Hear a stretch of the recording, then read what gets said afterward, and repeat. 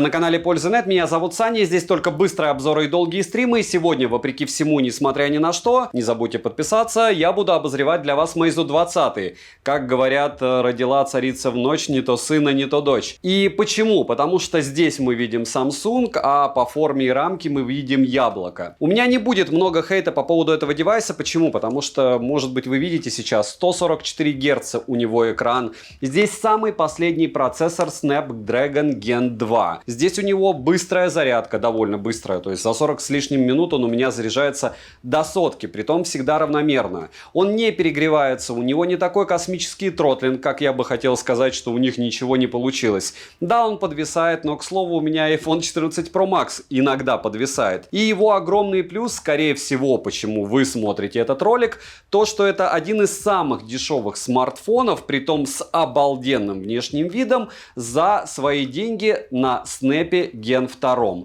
Он, я вам прямым текстом скажу, игровой. Почему? Потому что когда он провалился в PC-марке на 144 Гц, показал мне 5 часов 6 минут, я таких цифр не видел никогда. Я хотел сделать ролик на 2 минуты и рассказать, что этот шлак невозможно использовать в принципе. Но потом эта штука спокойно в Твиче вывезла Tactic Cool на максимальных настройках, съев всего 19%, не сбросив яркость, не подлагивая.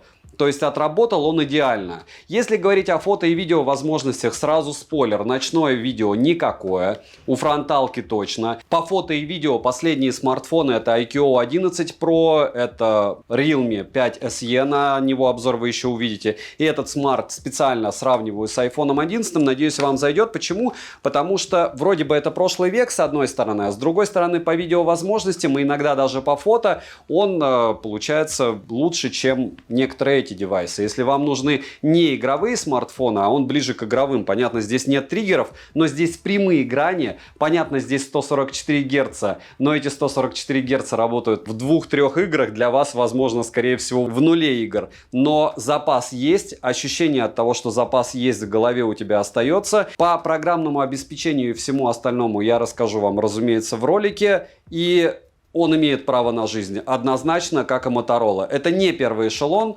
думаю, вы готовы. Не забудьте подписаться на телеграм-канал скидок, там много всего полезного. К слову, в этот смартфон, в принципе, без всяких скидок, стоит в районе 40. В телегу я также скидывал. Это более чем адекватный ценник за Gen 2, который не особо и плохо реализован. Я бы даже сказал хорошо, потому что это начальный этап, и даже еще 2 месяцев не прошло. Все равно они прошивку как-то будут допиливать. Я, во всяком случае, на это надеюсь.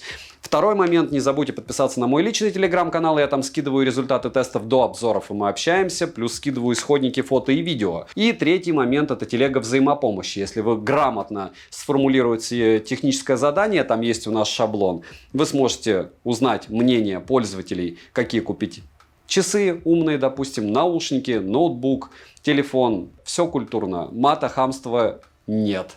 Смотрим. Распаковка. Поставляется данный смартфон в белой минималистичной упаковке. Выглядит она для многих солидно, для меня это жалкое подобие левой руки. Почему? Потому что после всего этого перфорированного картона у OnePlus, после попытки сделать минимальный дизайн яблок, Samsung и всех остальных, кажется, что Meizu решили сэкономить. Хотя для многих она кажется солидной или красивой. На вкус и цвет, как говорится. На упаковке есть название модели, а также краткие характеристики, разумеется. Пакинг хороший, в комплекте мы имеем краткое руководство, ключ для извлечения прорезиненного слота под 2 нано-сим-карты. Карту памяти вставить нельзя. Сам смартфон с защитной пленкой, чехол, блок питания с китайской вилкой на 67 Вт и кабель для зарядки с Type-C на Type-C. Габариты устройства 158 на 73,5 на 8 мм, а вес 190 граммов. Розыгрыши море, читаем описание, какие сейчас актуальны. Постоянно это, разумеется, 5 Mi Band 7 серии, разыгрывается за лайк, подписку и комментарий к любому видео ежемесячно. Не забудьте подписаться с колоколом, только каждый 5-й смотрящий данный ролик по статистике подписан. Надеюсь, вас станет хотя бы 2 из 3.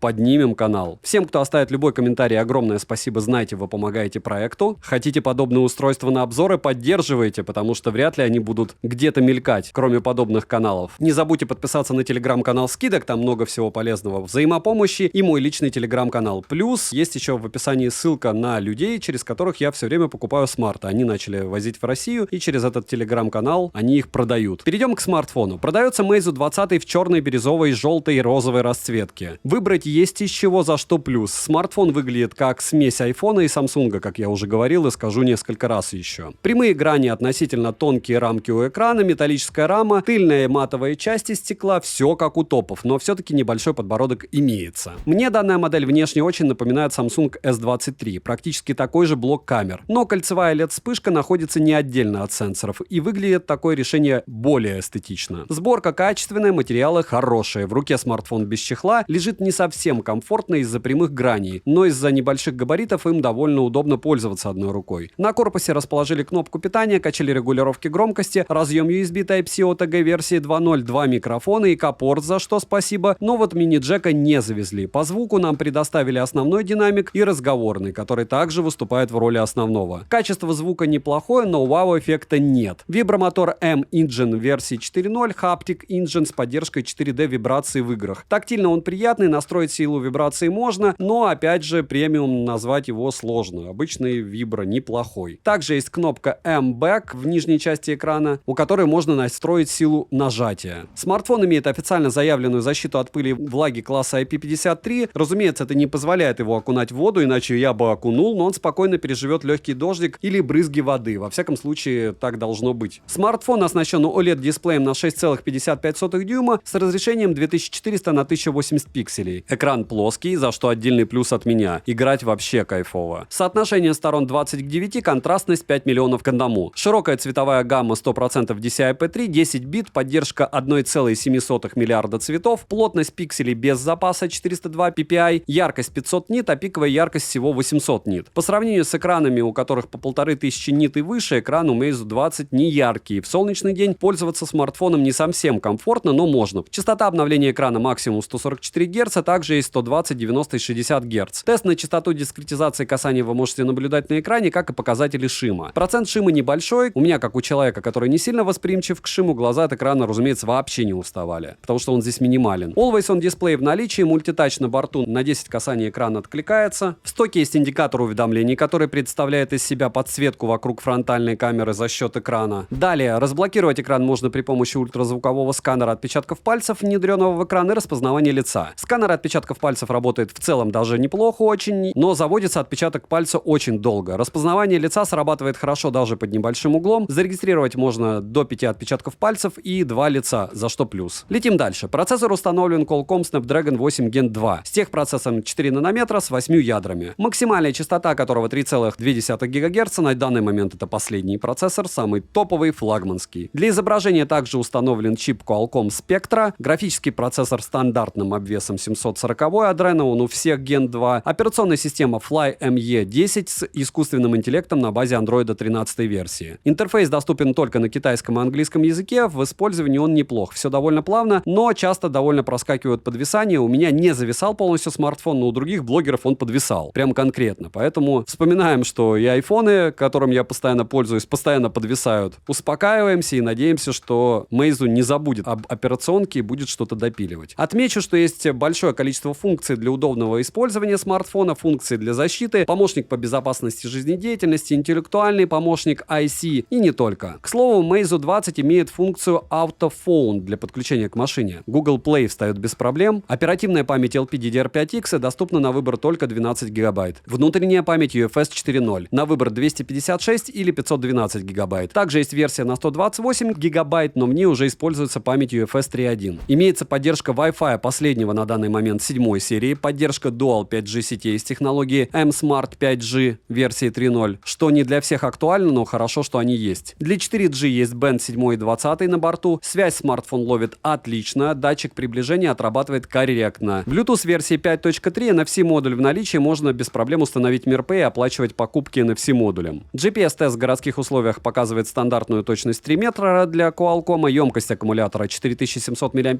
и PC-Mark показал просто нереально низкие цифры, это 5 часов 6 минут, на 144 Гц на максимальной яркости. Но в то же время в других сценариях использования смартфон показал себя великолепно, и на день его вам точно хватит. Смартфон поддерживает быструю зарядку на 67 Вт, беспроводной зарядки нет, что фейл. Используются такие технологии, как Quick Charge версии 4+, USB Power Delivery версии 3.0. За 1 час просмотра видео на YouTube по Wi-Fi уходит примерно 6% заряда, за 1 час игры игры с одновременным стримингом на Твиче уходит барабанная дробь 18-19%. Это нереально круто. Это один из лучших результатов, который я встречал. Точнее, даже лучший. Тем более на Snapdragon Gen 2. Заряжается смарт за 5 минут с 0 на 20%, за 10 на 40%, за 20 на 62%, за 30 на 82% и за 46 минут он заряжается полностью на 100% от родной зарядки. Отмечу, что смартфон не оптимизирован под большинство игр, так как игры некоторые лагают и есть просадка по FPS. Для игр есть игровой режим версии 6.0 со стандартными настройками, которые встречаются и в других смартфонах производителей. Перейдем же к тестам. Тротлинг тест проходит плохо. 282 гипса минимально, максимально 387 и в среднем 302 гипса на 100 потоках при 60 минутах. В Geekbench 6 в сингл-коре 1804, мультикоре 4443, 3D Mark показал Wildlife Maximum, Wildlife Extreme 3770, Wildlife Stress Test 13493, Wildlife Extreme Stress Test 3711, Slingshot Extreme и Slingshot на максимуме. В Antutu он выдал результат в 1 миллион 303 тысячи баллов. Storage тест показал очень крутые 136 тысяч, это один из лучших результатов, если даже не лучший, там уже надо единицы смотреть. Стресс-тест прошел стандартно для данного процессора, неплохо, результаты вы можете наблюдать на экране. Перейдем же к камерам. Основной блок камер с тыльной части состоит из 3 сенсоров и кольцевой LED-вспышки. Основной широкий сенсор Samsung GN5 на 50 мегапикселей с диафрагмой f1.88, сверхширик плюс макро Samsung 3P9 на 16 мегапикселей с углом обзора в очень крутые 122 градуса и 5-мегапиксельный бесполезный Samsung 5E9. На борту есть оптическая и цифровая стабилизация, гибридный режим, технология Dark Vision версии 2.0, Pure Vision, Live Photo, Super Night View версии 5.0, различные вспомогательные функции, режимы, фильтры и подобное. Запись видео доступна в максимальном разрешении с основного модуля в 8К 30 FPS, 4К 60 FPS, разумеется, также на борту. Фронтальный сенсор на 32 мегапикселя находится по центру верхней части экрана в небольшом вырезе. Максимальное разрешение для съемки видео у него 4К 60 FPS, за что отдельный плюс. Правда, ночью он снимает не в Красную Армию. Короткие примеры вы сейчас увидите.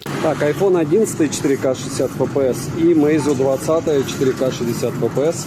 Съемка с двух рук.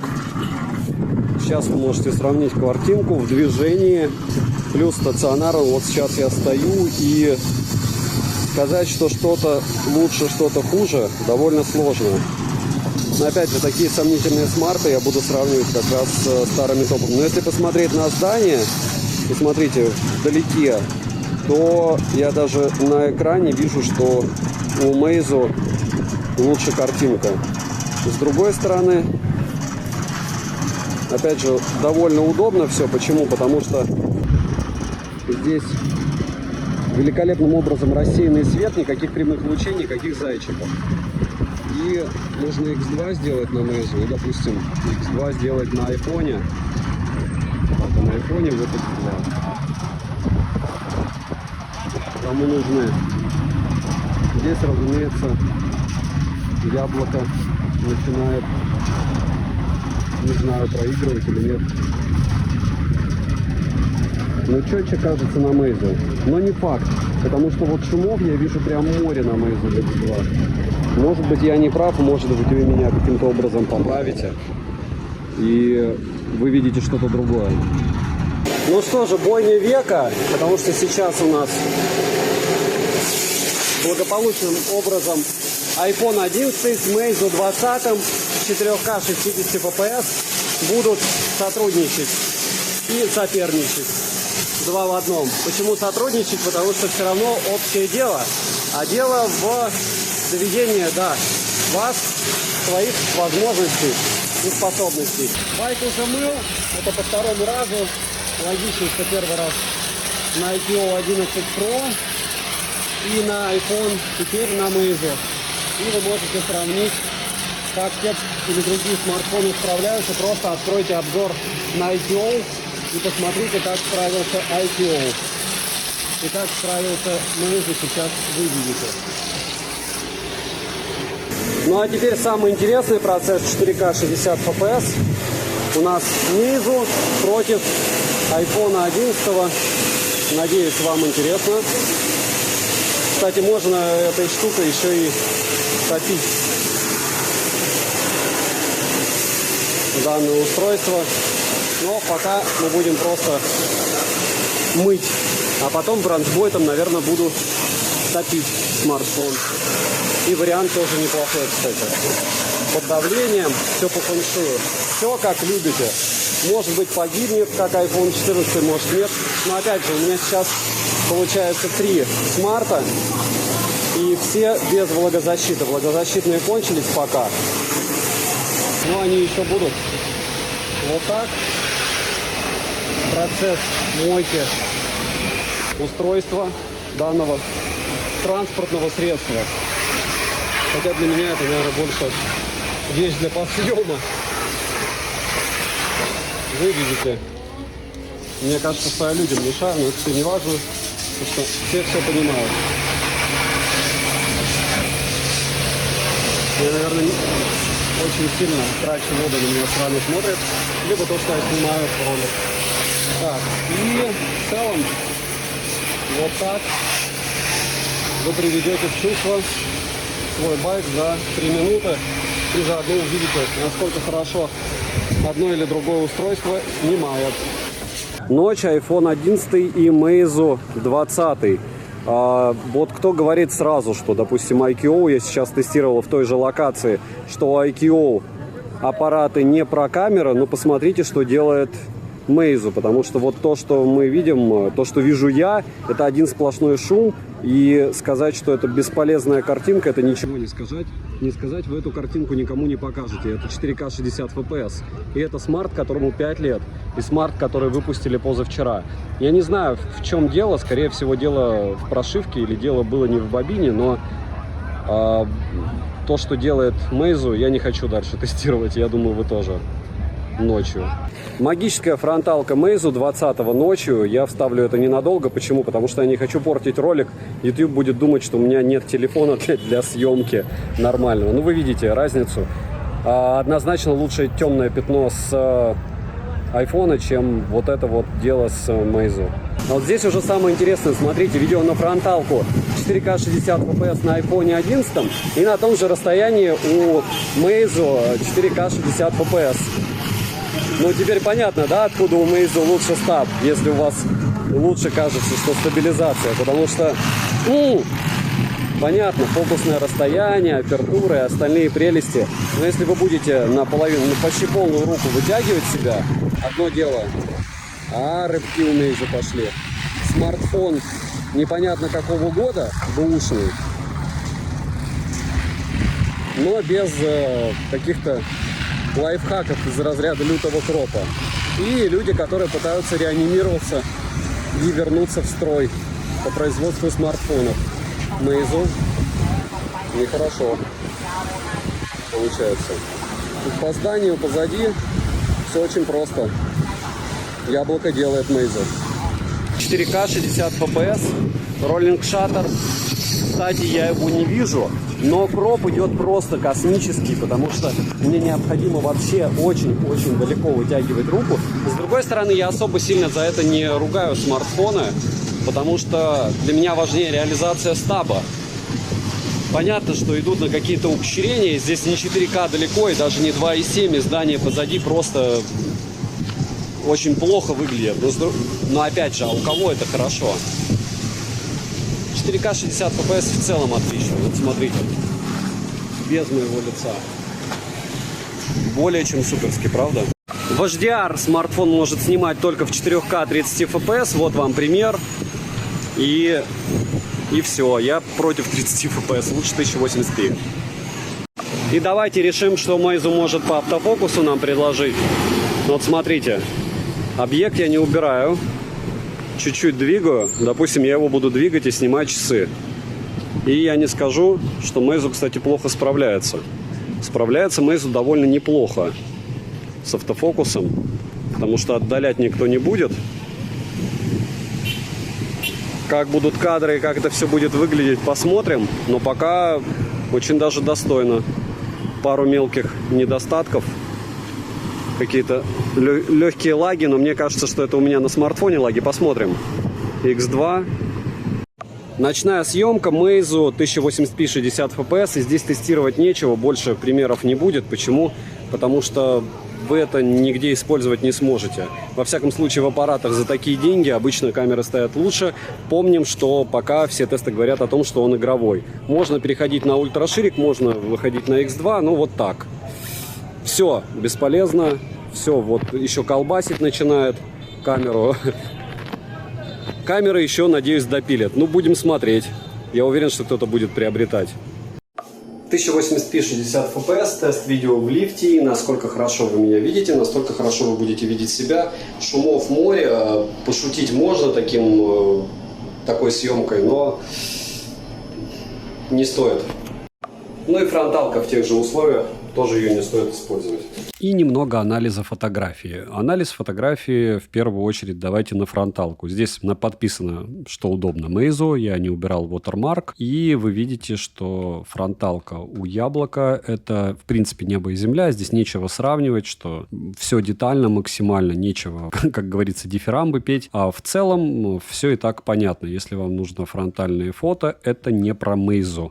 Во всяком случае, в данном сценарии использования был рассеянный свет, никаких особо сильных помех каких-то не было, никаких зайчиков никто не ловил, но, к сожалению, только так. Перейдем же к попытке сфотографировать людей, плюс понять, насколько хорошо смартфоны передают, в принципе, цвета в тех же самых условиях, но это уже основная камера, а не фронталка. Вы можете посмотреть характеристики, во всяком случае, для Meizu и апертура 1.9, и сошку он в автомате выставил 100 почему-то, непонятно почему. Если говорить простым языком, Meizu по мне здесь справилась лучше. Если смотреть дымку, опять же у айфона дымка была, кстати, объективна. Почему? Потому что здесь и была дымка.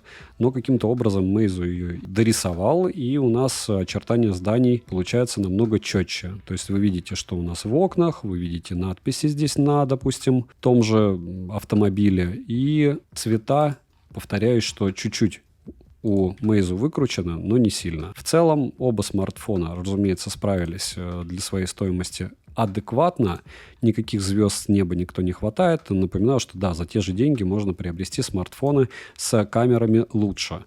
Но перейдем же к следующему. Здесь максимально некомфортные условия для селфи для одного и второго девайса. Вы видите, что Яблоко не особо хорошо справилось. По сравнению с Meizu, Яблоко, конечно, справилось. Опять же, если все это дело уменьшать, то здесь мы получим хоть какую-то потребную картинку.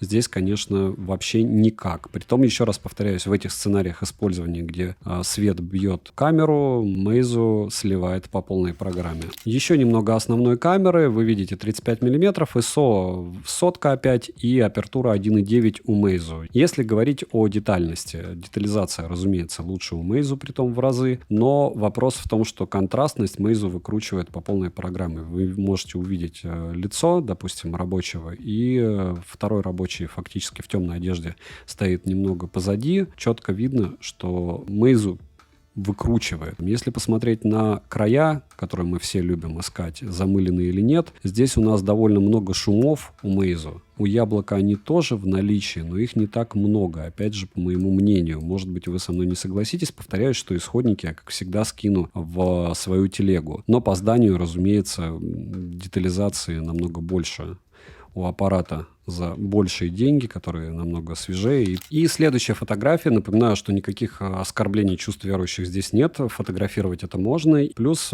они очень интересны. С какой точки зрения? С точки зрения, в принципе, объектов, людей, цветов и всего остального. Если говорить о цветопередаче, я бы сказал, что ближе всего, все равно, еще раз повторяюсь, Яблоко, потому что Meizu конкретным образом контраст добавляет. И если говорить о детальности, вот, допустим, мы смотрим на эту пару, здесь более-менее у Meizu видно, у Яблока не видно практически ничего. Если говорить о дальних объектах, здесь у Яблока вообще все смазано. У Meizu, кстати, и цвет здесь ближе у Meizu, потому что там не коричневый, а красный.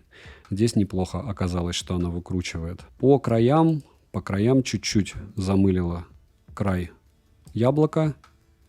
Meizu Лучше, не идеально, но лучше. Ну и последний пример — это селфи, притом селфи в портретном режиме. И чем хорошо селфи в портретном режиме, когда вы не комплементарно выглядите? Тем, что вы можете реально увидеть, насколько детализированно может тот или другой смартфон снимать. Если посмотреть на то, что делает Meizu мне, в принципе, добавляет красоты на лет так 15. Если говорить о том, насколько хорошо кто вырезал, Meizu вырезала лучше волосы, но добавила красоты конкретно. Про детализацию лица даже говорить нечего. Это небо и земля. Ни тот, ни другой смартфон не промахнулся. Мы видим четкие границы между задним планом и передним планом. Цвет рубашки правильные на яблоке, и сглаженность мы всегда можем в каком-нибудь фотошопе либо редакторах добавить. Да даже цвет губ я их не подкрашиваю. Вот здесь реально, да, темно-синие. Все. В целом фотографирует Meizu хорошо, мне нравится, но однозначно не уровень даже средняков каких-нибудь брендов А-эшелона. Минусы: нет мини-джека, нет возможности расширить внутреннюю память, вставив microSD, нет беспроводной зарядки, не хватает яркости экрану. Если это флагман, то хотелось бы больше. Разумеется, если бы это был супер флагман, опять же, хотелось бы защита от влаги, и цену, может быть, на процентов 10-15 дороже, но тогда бы никто его не мог советовать, потому что с такой прошивкой непонятно что советовать как минимум неразумно. Цену можете посмотреть по ссылке в описании к видео. Повторяюсь, не забудьте подписаться на YouTube-канал. Каждый пятый — это худший результат на YouTube. В принципе, наверное, как и худший результат по процентам просмотра девушек. У нас их всего 7% на канале. Но если второе мы не можем никаким образом подтянуть, то первое зависит только от вас. Буду безумно благодарен. Если смотрите, почему бы не подписаться, правильно? Не забудьте подписаться на телеграм-канал скидок, взаимопомощи, мой личный телеграм-канал.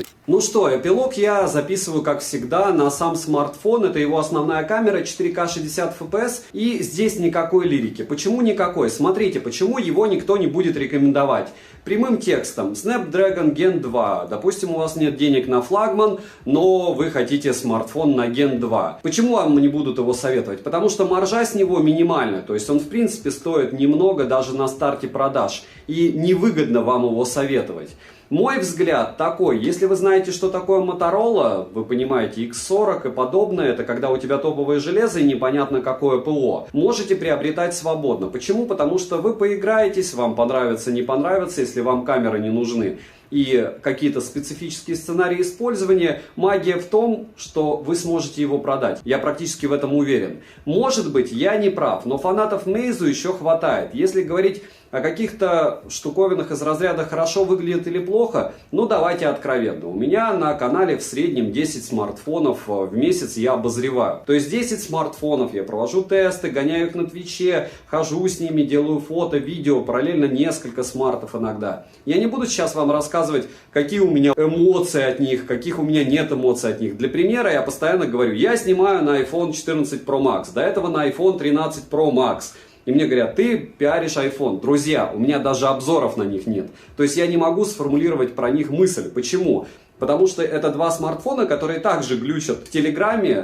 Эти смартфоны также имеют тучу недостатков. Также проблемы все равно с тоном кожи, со скин-тоном. У них проблемы с камерами какие-то. Но для моего специфического сценария использования они лучше, потому что они лучше всего работают с DJI-стабилизатором, и у них лучше автофокус. Финал. Хотя я с них пытаюсь все равно перейти сейчас на Canon, на уже фотоаппарат, для того, чтобы снимать подсъемы на него. И часть подсъемов уже идет на него.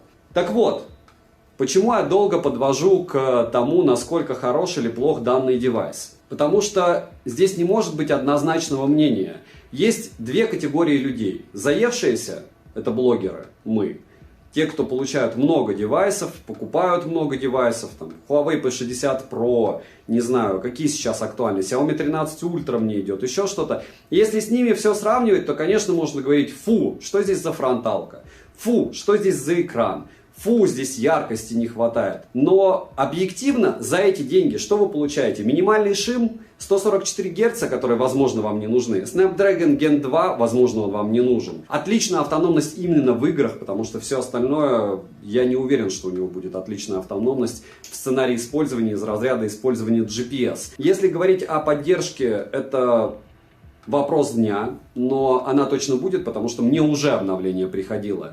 Если говорить о каких-то других специфических вещах, заряжается он не так и долго, 45 минут, вполне нормальные цифры. То есть, по большому счету, за полчаса подзаряжайте, и на день его должно хватить. У него нет таких штук, как в Pixel 7, допустим, ты ходишь или в айфоне, он у тебя перегревается. У меня этот смарт ни разу не перегревался. Я не знаю, в чем причина, скорее всего, какая-то реализация. Да, у него туча недостатков. В первую очередь это английский язык, во вторую очередь прошивка, даже в режиме разработчика. Там такая мешанина, и те, кто понимает, и кто смотрел сейчас обзор, они, мягко говоря, улыбнулись, потому что там даже кодеки не посмотреть. Непонятно, что за сенсоры камеры, они, конечно, что-то заявили, открывать я его не буду, но, опять же, в программе это дело каким-то образом потихонечку скрыто, хотя большинство топовых девайсов они не скрывают. Но не важно, какие сенсоры, потому что фронталка здесь полный шлак, во всяком случае в ночном сценарии использования. Основную камеру камерафоном не назвать. И в целом, вот если мы берем все эти плюсы и минусы, и стартовую цену 40 тысяч рублей. Еще раз повторяюсь, по нынешнему космическому курсу. Это хорошо. Если он будет стоить 35, как Motorola, он будет разлетаться как горячие пирожки, и люди будут такие же, как люди, которые любят пиксели для меня, либо любят Sony, говорить, что он очень крут. Потому что за эти деньги на этом процессоре ты ничего не купишь. Можно говорить, ну купи ты за 56 Xiaomi 13, еще и защиту от влаги получишь, и нормальную оболочку, еще что-то. Но, друзья, это 33%. 33% это прям очень-очень много. В плане смартфонов потеря в стоимости, ну за сколько вы его продадите потом? За 32, за 35, если купите за 40. Сломя голову, вообще не стоит его бежать покупать. Но я принимаю его право на жизнь, я могу его рекомендовать людям, у которых есть свободные средства, кто может походить, поиграться и потом продать.